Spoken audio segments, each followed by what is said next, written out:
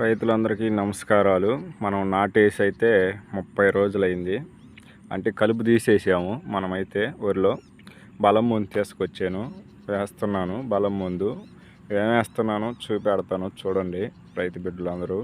మనం డిఏపి వేసినాక కొందరైతే దమ్ములు వేస్తారు, కొందరైతే దమ్ము చేసి నాటేసినాక 3 రోజులకో లేదా 5 రోజులకి వేస్తూ ఉంటారు సహజంగా. మనమైతే 3వ రోజే చల్లాము. ఇప్పుడు మొదటి బలంగా కలుపు తీసినాక 14:35 ఒక కట్ట, ఒక అరకట్ట యూరియా పటేరా గులకలు వేస్తున్నామండి.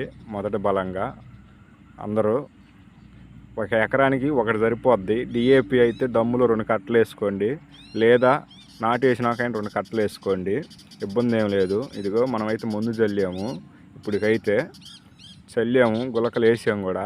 కంపల్సరీ బలం మందులో గులకలు వేయటం మర్చిపోవద్దు. ప్రతి ఒక్కరూ గులకలు వేయండి. వాతావరణం చూసి యూరియాని చల్లుకోండి. యూరియా మాత్రం ఎక్కువ వేయకండి, అరకట్ట కంటే ఎక్కువ వేయొద్దు. ఒక కట్టకి అరకట్ట సరిపోద్ది. మనం డిఏపిలో కట్టకి అరకట్ట వేసాము, అందుకే ఇప్పుడు ఒక అరకట్ట వేస్తున్నాము. మన చేనుకి అయితే కట్ట వేసాము, ఒక అరకట్ట యూరియా వేసాము డిఏపి. ఎందుకంటే మనం ఎరువు తోలు ఇచ్చాం కాబట్టి తగ్గించేసుకున్నాము. ముందు మీరు ఎవరైనా తగ్గించుకోకుండా వేసుకోవాలంటే అట్ట వేసుకోవచ్చు, లేదా ఎలాగైనా వేసుకోవచ్చు. ఒక కట్ట బలం ముందు ఒక కట్ట యూరియాని వేసుకోవచ్చు. మన చేను అయితే ఇప్పటికైతే శుభ్రంగా నీట్గా ఉంది, ఇబ్బంది ఏం లేదు, పచ్చదనంగానే ఉంది.